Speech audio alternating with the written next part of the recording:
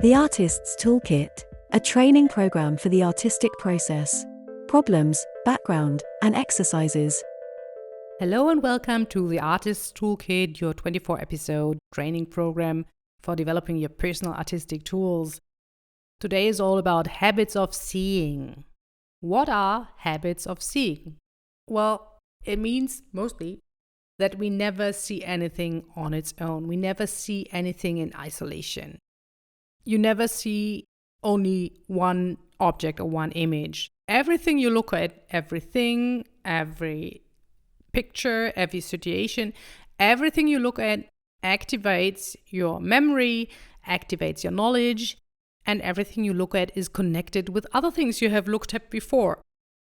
Just as every situation, everything, every object is connected with similar situations that you've gone through and with similar objects that you've seen in different settings, and connected also to what you know about these situations and these things. So for images, this means we have something like an image memory. In the course of our lives, we learn how to understand pictures and images. For example, in the West or Europe, we have a long tradition of trying to create the illusion of space on a two-dimensional surface. This is something that a lot of people want to learn, a lot of people want to get there. It can be an important medium and important tool, knowing how to create the illusion of space on a two-dimensional surface. Of course, a two-dimensional surface is always a two-dimensional surface, no matter how I arrange lines or whatever. But we have this convention of seeing, or we have an agreement to accept a certain arrangement of lines of light and shadow as depth. For example, animals don't. In the 1930s, there have been lovely experiments in the US where art historians and probably also behavioral and probably also zoologists and so on showed some really great pictures to cows, to cattle, just to check if there would be a reaction. And what I like about these experiments is that they decided to show these cows pictures that would be interesting to cows, because of course, if you show me stuff that's deadly boring to me, you won't get a reaction out of me, even though I may understand what is being represented there. So really nice, large, very green pictures of juicy meadows and the mountains and so on to see whether the cows would be interested, but not at all. They simply didn't perceive this as meadow. Apparently for a cow, a meadow is something that you can feel, that you can walk through, that you can bite into, that has a smell, and not just an arrangement of color pigments on a surface. So our agreement to perceive depth on a surface, on a flat surface, is a highly cultivated convention, agreement. It's learned, but we're so used to it that we often forget that this is something that we have acquired. And this is what a habit of seeing is. It is an acquired habit.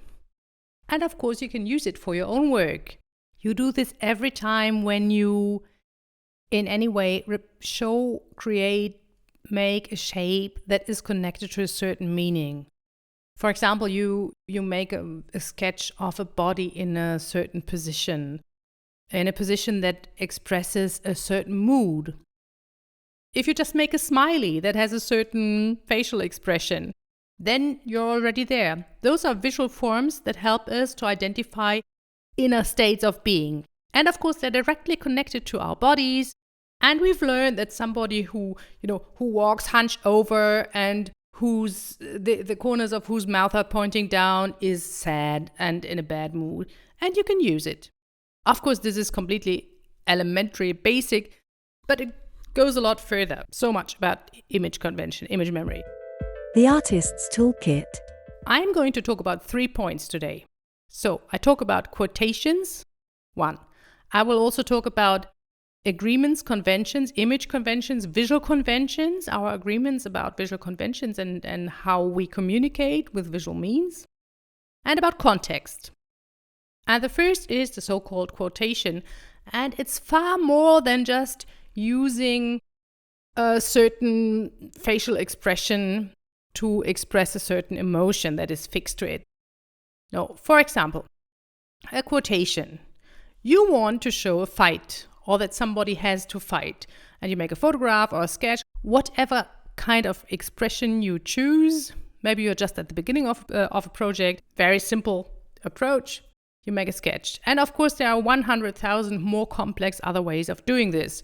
You can also take a large sheet of styrofoam and slam your fist into it and then use this as an expression. But, that's not what it's all about. Okay, let's start with a sketch. And you make a sketch of a person with balled hands, with balled fists. And everybody will understand it as a gesture of fight. Probably on the whole world. And probably even people from the past would understand it. But, of course, you can also differentiate it by giving this person a green laser sword. And then everybody who has watched Star Wars understands, this is not just somebody who is getting ready to fight, or who's angry, or who's defensive. This is someone who is probably a rebel, who is fighting against an overwhelming power. This is somebody who is probably part of a subculture fighting for a free society against an imperial form of society. And this is also a fight which is about more than just a physical altercation. This is about more than just territory or a certain form of society. This is also a spiritual conflict and a personal one. And also, when as soon as you put that green laser sword in there, you know that everybody who's watched Star Wars and liked it will understand it, and all the Star Wars fans will be on your side. And this is how image quotation works.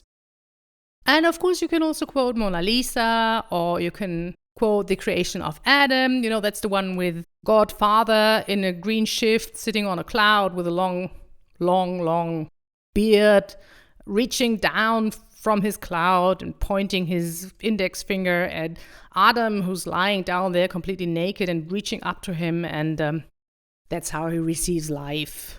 Yeah, that's by Michelangelo, and it's on the ceiling of the Sistine Chapel in Rome. You all know it.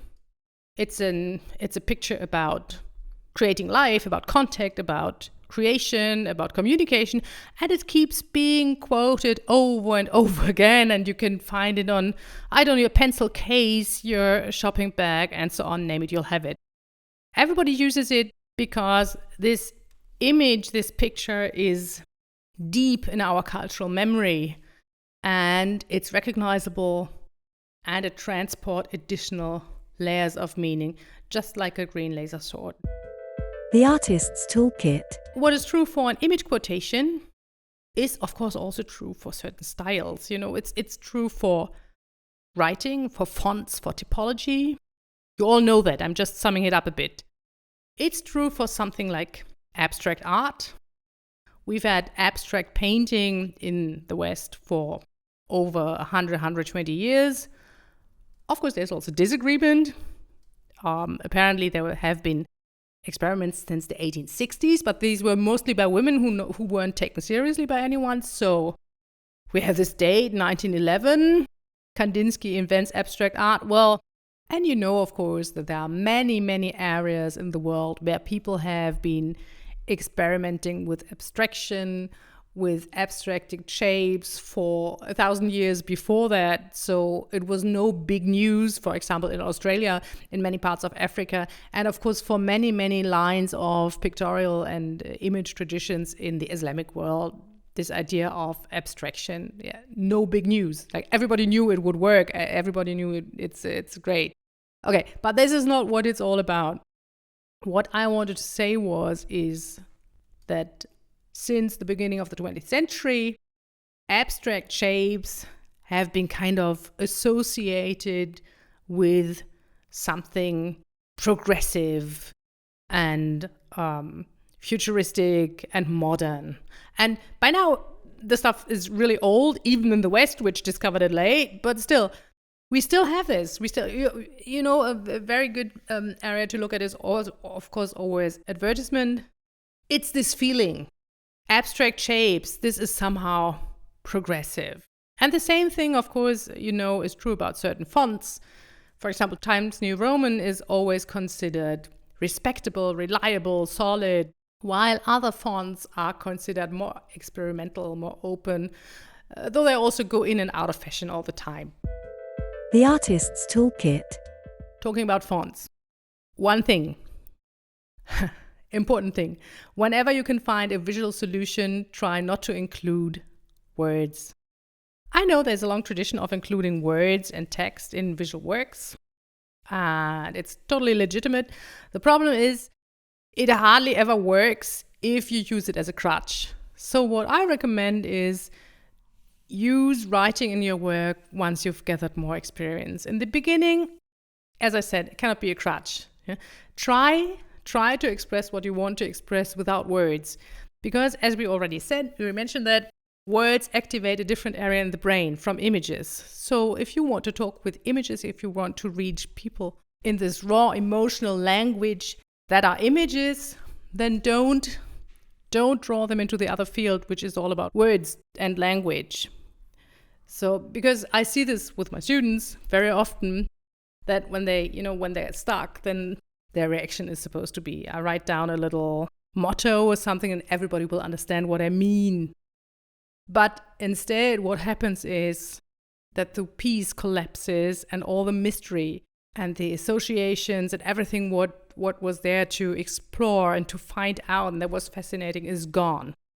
So, and why am I going on about this? I'm going on about this because very often when people decide to include writing in their work, they take the writing that is closest and it's simply the handwriting. And very often they don't remember that fonts and the kind of writing to choose carries a lot of a message. It's highly complex. I mean, the communication designers spend years learning about this stuff. And as I said, there are fashions, everything. You know more about this than I do. But what I'm saying is people tend to include writing, and very often it's just the handwriting, and sometimes it's handwriting that looks very innocent and childish, and it doesn't necessarily go with the project. So, please, A, if you can avoid it, don't include writing in your work. B, if you have to do it, use a type of writing that fits your project. And if your project is highly philosophical, then don't include a child's writing style unless it somehow makes sense. The Artist's Toolkit. As I said, this is all about associations. This is all about how things carry a certain meaning and we're not always aware of it. Yeah, there are fonts you look at that makes you think of a newspaper headline. There are fonts you look at that make you think of the Wild West. There are fonts that you look at, they make you think of sleeping pills or of cinema. It looks like European advertisement, or it looks like Indian advertisement, or it looks like American advertisement. So if you decide to include writing, please remember it carries meaning just like everything else and associations. The same thing, of course, is true the other way around.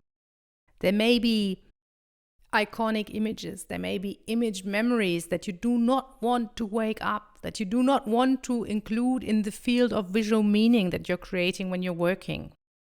For example, living in Germany, we have a dark history, and there are very, very oppressing images we do not want to recall, or if we do, it should be intentionally, it should be precise, it shouldn't be by mistake. For example, you may know those photographs of glasses, just heaps of glasses that were taken away from people before they were murdered.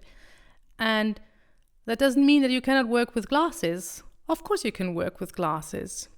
But as soon as you start making heaps of glasses, then you need to be aware that there are stored away in our memory are these images of heaps of glasses, and you need to be aware of the connection you are creating and if you want it. Same thing, of course, goes for hair. There are these terrifying images of hair, heaps of hair because people were shorn before being sent to the gas chambers, and this hair was used to stuff mattresses. So please remember this. When you're a German artist, you cannot innocently work with hair. For example, I have worked a lot with hair, but I simply do not use human hair. I use artificial hair. I know it's not sustainable, but as a German artist, I do not want to repeat this gesture. I do not want to use real human hair as a material, as something that is being used. As I said, it doesn't mean you cannot use these materials. It just means you need to be aware of what you're doing. And the same goes for other cultures who carry different burdens of guilt or of tainted memories. For example, it's very hard to work neutrally with bathrooms. In Germany also same thing again, but in other parts of the world, if you want to make a piece about your shower, please be aware of the iconic images in Alfred Hitchcock's Psycho. Because people will think of this. And yes, you need to see what connection you make, what connections you want to avoid. And this is also why it's important that you are aware of what is out there. What is there in our collective image memory? And as you see, as I said in the beginning, maybe it's clearer now, there are no neutral objects. There are no neutral materials. They just don't exist. Everything is always connected somehow. And you need to be aware of it. It's good if you're aware of it and look at it exactly. Look at what you connect your work with and how. This is what image quotation is all about. The Artist's Toolkit. Number 2. Of course, there is such a thing as established visual forms. And of course, you can use those too. You can co-opt them and steal them and piratize them and change them for your own purposes. And established visual conventions are something like the classical movie poster. And of course, you can use it for yourself. There's so many visual forms, there are so many agreements and types of design which trigger a very, very precise kind of perception of association. For example, another one is the election poster. There are so many conventions surrounding how people are depicted on those posters when it's about the elections, and we are unconsciously or half-consciously aware of these conventions and recognize them. And these are different from the movie posters, even though they're similar and so forth, that they're mostly of big heads, lots of big faces and big heads on the posters. Same thing is true for a lot of other publications, for example, from medicine. Here again, we have a lot of communication design here. And of course, it makes a lot of sense that a bottle of aspirin doesn't look like a bottle of lemonade or doesn't look like a glass of candy. Of course, you don't want your kids to eat it. It's already hard enough to keep them out of it anyway. And you can use this again, for example, by doing a project which is about some kind of healing or medicine or a satire on medicine or on pharmacy, pharmacology, and then you look at these shapes and you look at what characterizes a package of medicine as a package of medicine, what makes it recognizable, and what you can steal. But please be aware that these ways of design, these typical designs, carry certain reactions, and that people, they wake certain expectations. The same is true, of course, for every type of official governmental publication or for cookery books or for gas stations. It's infinite. There are so many areas in our daily lives which all carry their very own visual markers. Starting with mineral water or chocolate. For example, in Germany, nobody wraps bitter chocolate in light blue. Light blue is always milk chocolate, and bitter chocolate is normally wrapped in in burgundy or black or something. And a lot of brands agree on this. For example, mineral water. I don't know about your country, but in Germany, silent mineral water has a pink label and sparkling water has a green or blue label. And I'm sure it's happened to you when you travel to a foreign country where the agreements, the visual agreements about packaging were different from your home. You know this, how difficult shopping becomes, and I'm sure it's happened to you the same as to me, that you bought the wrong stuff. I don't know, you wanted crispy flakes for a breakfast, and when you opened the box, it was soap flakes or whatever. And of course the classic is buying mineral water and you think you've bought the natural mineral water and you got the fizzy stuff, and there you go. And you can play with that. You can use it. It's worth going through the world with open eyes and observe and collect these things. And here we arrive at point number 3. We've had the quotation, remember the laser sword. We've had the convention, remember shopping for the wrong things or buying the wrong thing, the thing you didn't want because the box looked like what you were used to. And we have point number 3, which is context. So there is more than just image conventions or an established communication design. There are objects and structures which work in context and which transport certain rules. My favorite example, for example, are street signs. Nobody really looks at a street sign as if it were the Mona Lisa. One reason is because you have to be able to recognize it from 100 meters away, and to recognize from 100 meters away that this is a street sign and the other is an old oil painting. And inside, we shift into different gears, because we expect something completely different from a street sign than from an oil painting. And you're ready and willing to treat a street sign differently and react differently to it than to an oil painting. Because you're willing to accept what a street sign tells you to do and how to behave and how to drive your car or your bike or whatever. And you expect a street sign to give you very clear, precise, short information on how to behave and where you are.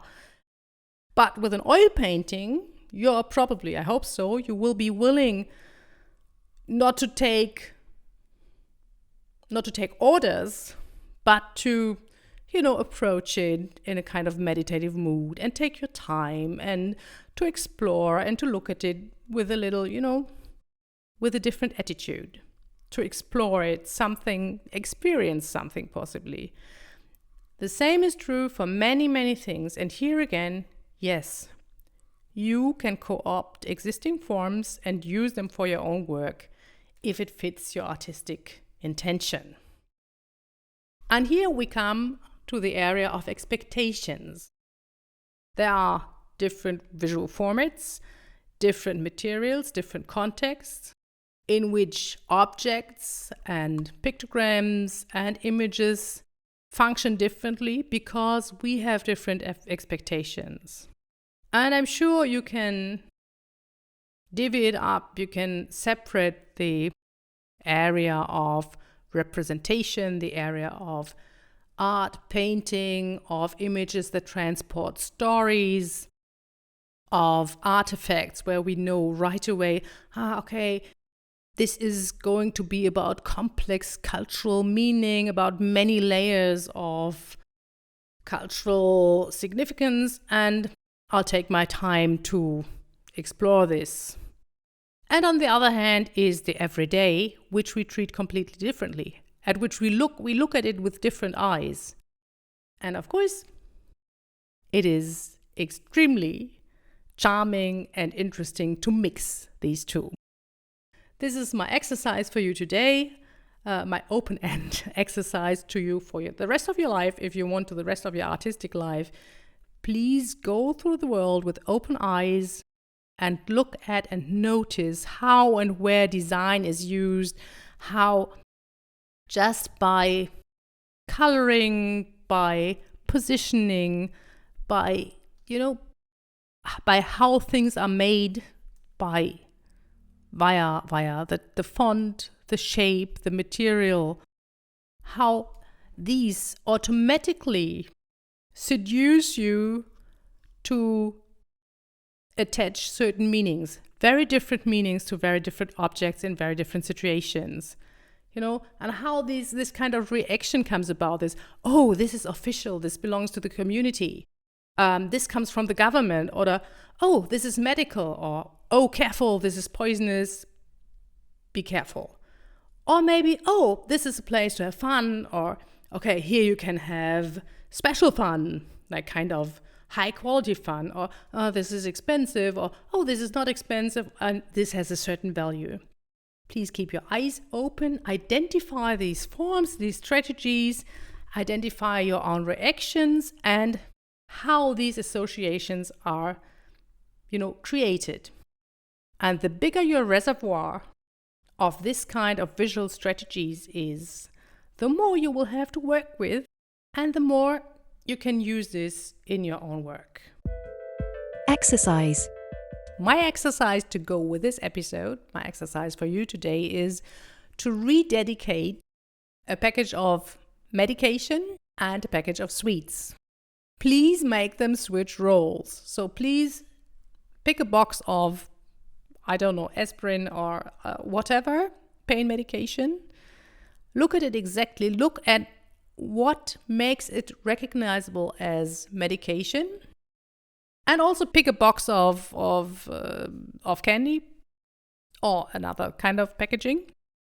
Do the same thing, analyze it, and then make them switch. Please redesign the candy package so that it looks as if it were medication, and and over design the medication to make it look like candy. It's a lot of fun. It's a bit tricky, but it's a lot of fun, and enjoy. Of course, I also have some recommended readings, as usual. I have an all-time classic for you from the cultural sciences. This is by Aleida Assmann. Aleida Assmann, A-L-E-I-D-A. Assmann is A-S-S-M-A-N-N. Aleida Assmann, Cultural Memory and Western Civilization. Functions, Media, Archives, Cambridge 2011. This is a reprint from the 1999 edition. It's an old book, but it's still great. The other one is an all-time classic and, in my opinion, an absolute must-have. This is the one and only last word about stereotypes, image conventions in the shape of stereotypes. This is The Guerrilla Girls, Bitches, Bimbos, and Ball Breakers, The Guerrilla Girls Illustrated Guide to Female Stereotyping. New York, London, Victoria, Toronto, Auckland, 1998.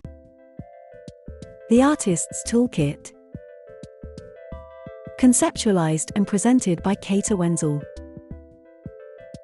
Assistance, Nadia Driller. A project by European University Flensburg.